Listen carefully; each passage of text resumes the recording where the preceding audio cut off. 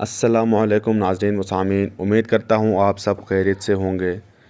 آج میں اسلام سے پہلے مجوسیوں کے مذہبی، سیاسی اور معاشرتی حالت پر روشنی ڈالنے کی کوشش کروں گا۔ مذہبی حالت کی اگر بات کی جائے تو ایران میں زرتشت کے غلبے سے پہلے میتھرا، مہرا، یما، جمشید اور آشا کی خدائی کا عقیدہ رائج تھا۔ یہ زرتشت کون تھا؟ اس حوالے سے لکھا گیا ہے، یہ قدیم ایرانیوں کا نبی تھا۔ حامد عبد القادر کا کہنا ہے کہ زرتشتی مذہب میں در حقیقت بت پرستی کا وجود نہیں تھا، اور یہ مذہب عقیدہ توحید کا حامل تھا جو ایک معبود کے وجود اور جزا و سزا پر ایمان رکھتا تھا اور شیطان کے ساتھ کفر کرتا تھا۔ من جملہ ان اشیاء کے جن کی دعوت زرتشتی مذہب دیتا تھا، ایک امر بالمعروف یعنی نیکی کا حکم دینا اور نہی عن المنکر یعنی برائی سے روکنا بھی تھا۔ یہ صورتحال کسی حد تک زرتشت کے غلبے کے بعد بھی برقرار رہی۔ یہ نیا دین بھی بڑی حد تک بت پرستی سے متاثر ہوا، جس میں بعض طبعی عناصر مثلاً آگ اور ستاروں کو مقدس مانا جاتا تھا اور بہت سے معبودوں کی عبادت کی جاتی تھی۔ زرتشتی دین اصلاً بت پرستی کے خلاف تھا۔ اس کے بنیادی ارکان میں سب سے اہم رکن لوگوں کو ایک معبود کی عبادت کی دعوت دینا، بت پرستی اور سبائیت کو ترک کرنا تھا۔ سبائیت میں بعض ستاروں اور مظاہر فطرت کی پوجا کی جاتی تھی۔ اس کے مقابلے میں زرتشتی دین سورج اور آگ کا تقدس تسلیم کرنے پر زور دیتا تھا، کیونکہ یہ دونوں چیزیں اس کے نزدیک اس عظیم قوت کی علامت تھی جو اس دنیا میں رحمت، نور، محبت اور طہارت کا منبع ہے اور انسان کو مصائب سے بچانے کے لیے کوشاں ہے۔ اس کے ساتھ ساتھ اس دین میں مٹی، پانی اور ہوا کے تقدس کا عقیدہ بھی رائج تھا، کیونکہ ان چیزوں کی انسانی زندگی میں بڑی اہمیت تھی۔ زرتشت کی وفات کے بعد مجوسی فرقہ ظہور میں آیا۔ اس فرقے کے لوگ آگ کی پوجا کرتے تھے، اسے اپنا معبود مانتے اور اپنے دینی کاموں میں اسے بروئے کار لاتے تھے۔ وہ یہ بھول گئے تھے کہ آگ تو محض کمزور لوگوں کی علامت ہے۔ اسی بنا پر مجوسیوں کو آگ کی پجاری کی حیثیت سے جانا جاتا ہے۔ انہیں مجوسی کاہن بھی کہا جاتا تھا۔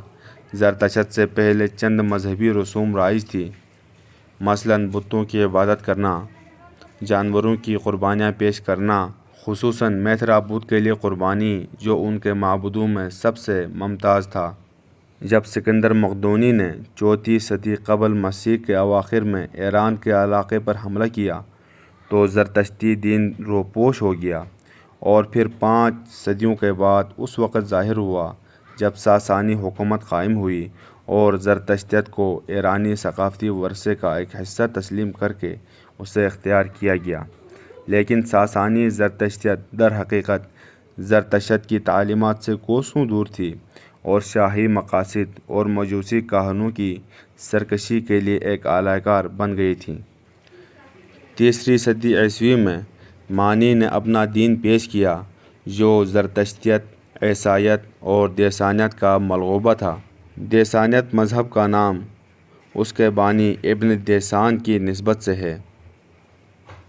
زرتشتیوں نے اسے ملحد، زندیق، دین زرتشت سے خارج قرار دیا، کیونکہ اس کا دین دوئی پرست تھا۔ اس کا دین دوہری فطرت کے خالق یا 2 خالقوں کا قائل تھا جن کی اس جہاں پر حکمرانی ہے۔ ان میں ایک نور و خیر کا مبدع اور دوسرا اندھیرے اور شر کا مبدع ہے۔ یہ دونوں علم و ادراک پر قادر ہیں۔ ان دونوں کے امتزاج سے کائنات پیدا ہوئی، اس کے تمام اجزاء وجود میں آئے اور زندگی کا آغاز ہوا۔ ان کا عقیدہ تھا کہ جو شخص بھی روشنی اور اندھیرے کے امتزاج کی مدت بڑھانے میں معاون بنتا ہے وہ شخص برا ہے، اور مدت بڑھانے کا پہلا طریقہ شادی اور نسل کشی ہے۔ اس لیے ان کے نزدیک یہ ضروری ہے کہ انسان عزلت پسندی اور رہبانیت اختیار کرے اور نسل کشی کی جڑ ہی کاٹ دے تاکہ یہ مادی جہاں ختم ہو اور نور اندھیرے سے علیحدہ ہو جائے۔ 276 عیسوی میں مانی کو ایرانی بادشاہ بہرام بن ہرمز بن شاپور نے یہ کہتے ہوئے قتل کر دیا کہ یہ شخص لوگوں کو کائنات کی تباہی کی دعوت دیتا ہے، لہٰذا ضروری ہے کہ سب سے پہلے اسے ختم کیا جائے۔ لیکن اس ظلم و تشدد کے باوجود معنویت نہ صرف جاری رہی بلکہ ایک خفیہ تحریک کی شکل اختیار کر گئی، یہاں تک کہ اسلامی دور میں بھی اس تحریک کے آثار باقی رہے۔ 5ویں صدی عیسوی کے آخر 478 عیسوی میں مزدک ظاہر ہوا۔ اس نے معنی کی تعلیمات اختیار کیں اور دولت اور عہرت میں اشتراک کا نظریہ پیش کیا۔ ایرانی بادشاہ قباز نے مزدک کے خیالات قبول کر لیے اور اپنی حکومت کے پہلے 10 برسوں میں انہیں معاشرے میں رائج کیا، لیکن جب اسے ان خیالات کی اصل حقیقت معلوم ہوئی اور آنکھوں سے پردہ اٹھا تو اس نے یہ دین چھوڑ دیا، مزدک کو قتل کیا اور اس کے ساتھیوں کو 529 عیسوی میں تر بتر کر دیا۔ اس لیے ساسانی دور حکومت میں یہ لوگ روپوش رہے اور خفیہ طور پر کام کرتے رہے، پھر اسلامی دور میں نئے سرے سے ظاہر ہوئے۔ ایران میں مرقونی دین بھی ظاہر ہوا۔ یہ دین رائج کرنے والا مرقیون نامی ایک شخص تھا۔ یہ دین بھی دوئی پرست تھا، کیونکہ یہ نور کو خالق خیر اور اندھیرے کو خالق شر قرار دیتا تھا۔ یہ دین زرتشتیت اور مسیحیت سے متاثر تھا۔ ایران میں ایک اور دین بھی ظاہر ہوا جسے دیسانی مذہب کہا جاتا تھا۔ یہ بھی مرقونیت جیسا ہی دوئی پرست تھا۔ یہ نور اور ظلمت کے ساتھ ساتھ ایک تیسرے جہاں کا بھی قائل تھا، لیکن وہ تیسرے جہاں کے وجود کی کیفیت واضح نہیں کر سکا۔ یہ دین ابن دیسان کی طرف سے منسوب تھا۔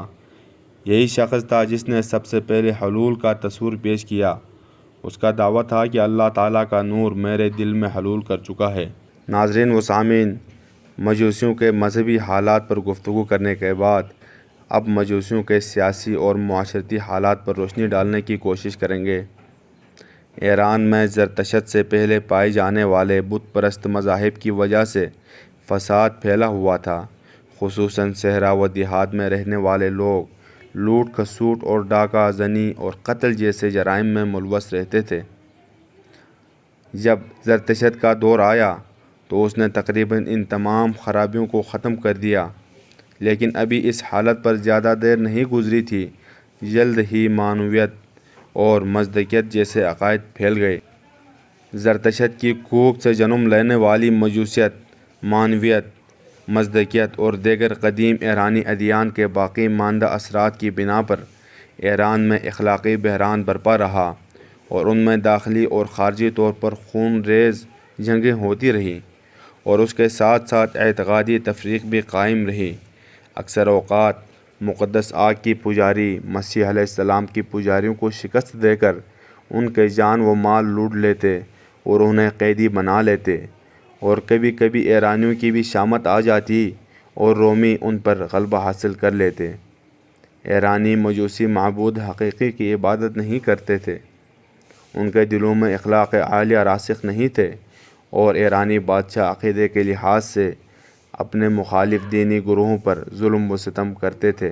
معاشرتی طور پر سب سے زیادہ رقیق کام یہ تھا کہ زرتشتیوں نے محارم سے نکاح جائز قرار دے رکھا تھا۔ وہ کہتے تھے کہ بیٹے کو زیادہ حق حاصل ہے کہ وہ اپنی ماں کی شہوت پوری کرے، جب خاوند فوت ہو جائے تو اس کا بیٹا اس کی بیوی کا زیادہ حقدار ہوتا ہے۔ اسی لیے ان کے بادشاہ یزد گرد ثانی، جس کا دور حکومت 5ویں صدی عیسوی کا وسط ہے، اس نے اپنی بیٹی سے نکاح کیا، پھر اسے قتل کر دیا۔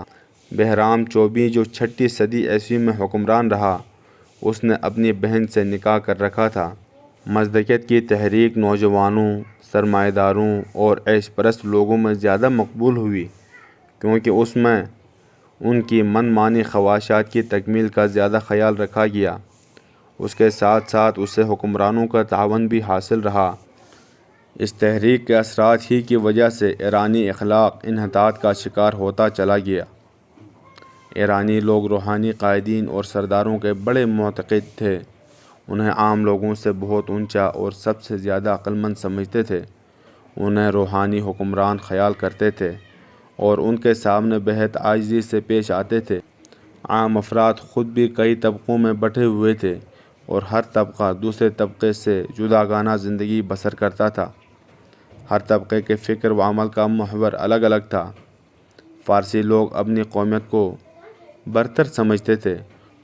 ان کا عقیدہ تھا کہ فارسی قوم دوسری تمام قوموں سے افضل ہے، لہٰذا اللہ تعالیٰ نے انہیں امتیازات عطا فرمائے ہیں اور ان میں خوبیاں رکھی ہیں جو کسی اور قوم میں نہیں پائی جاتیں۔ وہ ارد گرد کے تمام لوگوں کو بڑی حقیر نظر سے دیکھتے اور انہیں ایسے ایسے القابات سے مخاطب کرتے جن سے ان کی بڑی توہین ہوتی تھی۔ چونکہ آگ اپنے پرستاروں کی طرف نہ تو کوئی شریعت بھیج سکتی ہے نہ رسول، اس کا ان کی زندگی سے بھی کوئی تعلق نہیں، وہ مجرموں کو سزا بھی نہیں دے سکتی۔ مجوسیوں کا دین جو زرتشتیت ہی کی بگڑی ہوئی شکل تھی، محض چند رسوم کا نام تھا جو خاص اوقات میں مخصوص مقامات پر سر انجام دی جاتی تھی، لیکن عبادت گاہوں سے باہر اپنے گھروں میں، کاروبار میں، بازار میں، سیاست و معیشت میں اور معاشرت وغیرہ میں وہ بالکل آزاد تھے، جو چاہتے کرتے تھے، کسی قانون اور ضابطے کے پابند نہیں تھے۔ ہر دور کے مشرکین کا یہی دستور رہا۔ گویا فارسی قوم اپنی مجوسیت کی وجہ سے ایسے ہمہ گیر اور جامع دین سے محروم تھی جو ان کی تربیت کرتا، انہیں مہذب بناتا، نیکیوں پر چلاتا، افراد، معاشرے اور حکومت کو ان کے دائرہ اختیار میں رکھتا، ان میں نظم و ضبط پیدا کرتا اور لوگوں کو سرکشی سے روکتا۔ وہ ایسی صالح اور صحت مند حکومت سے بھی محروم رہے جو فتنہ فساد کا قلقمہ کرتی۔ خود ان کے حکمران فساد کی جڑ تھے کیونکہ وہ خود ہی رب بن بیٹھے تھے۔ یقیناً معبود حقیقی اور رب العالمین کو بھولنے کا یہی نتیجہ نکل سکتا ہے۔ یہ حکمران حکومت کے لیے لڑتے مرتے تھے، حتیٰ کہ چند مہینوں میں 6 بادشاہ تخت حکومت پر بیٹھے۔ اس سے حکومت کی قدر و قیمت ختم ہو چکی تھی۔ ستم بالائے ستم یہ کہ بیت المال کی تمام آمدنی ان کے بادشاہوں کی ذاتی ملکیت تصور کی جاتی تھی، جس کی بنا پر ان کی عیش پرستی اور فضول خرچی حد سے زیادہ بڑھ گئی تھی۔ اس کی نمایاں مثال ان کا آخری بادشاہ یزدگرد ہے، جو اسلامی فتوحات سے خوف کھا کر بھاگا تو اس کے ساتھ 1000 مسخرے، 1000 گویے، چیتوں کے 1000 منتظم، بازوں کے 1000 نگران اور بہت سے دوسرے نوکر چاکر تھے، مگر پھر بھی وہ خود کو غیر محفوظ اور حقیر پناہ گزین تصور کرتا تھا اور بڑی قابل رحم حالت میں تھا، جبکہ فارسی قوم انتہائی تنگ دستی، غربت کی حالت میں زندگی گزار رہی تھی اور مسلسل جنگوں اور ٹیکسوں نے اس کی کمر توڑ دی تھی۔